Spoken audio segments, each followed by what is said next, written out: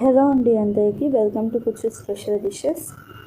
పెరుగన్నం తినని పిల్లలకి ఇలాగ దహి తడక చేశారంటే వాళ్ళు కావాలని అడిగి మరీ చేపించుకొని తింటారు. అంత టేస్టీగా ఉంటుంది. కడుపులో చల్లగా టేస్టీగా సూపర్గా ఉంటుంది.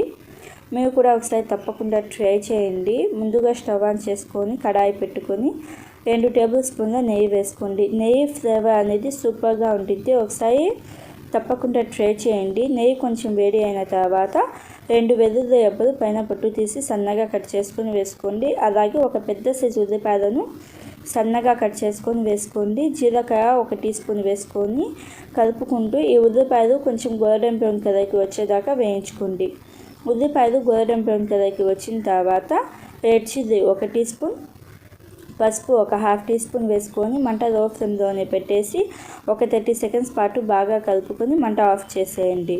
మంట ఆఫ్ చేసేసిన తర్వాత పెరుగుని విస్కర్తో బాగా కలుపుకున్న పెరుగు వేసుకొని కొంచెం కొత్తిమీర వేసుకోండి. అలాగే సాల్ట్ వేసుకోండి. మీ టేస్ట్కి తగినంత సాల్ట్ వేసుకొని షుగర్ 1/4 టీ స్పూన్ వేసుకోండి. సాల్ట్ షుగర్ మాత్రం అస్సలు స్కిప్ చేయొద్దు. ఫ్లేవర్స్ అనేవి చాలా బాగుంటాయి. ఇలాగ సాల్ట్ షుగర్ వేసిన తర్వాత ఒక 30 సెకండ్స్ పాటు బాగా కలపండి. ఇలాగ బాగా కలుపుకొని సర్వ్ చేసుకోవాలి. అంతే అండి, సింపుల్ ప్రాసెస్ కదా. టేస్ట్ మాత్రం చాలా బాగుంటుంది. మీరు కూడా ఒకసారి తప్పకుండా ట్రై చేసి మీకు ఎలా వచ్చిందో నా కామెంట్ బాక్స్లో చెప్పండి. Thank you for watching. Bye bye.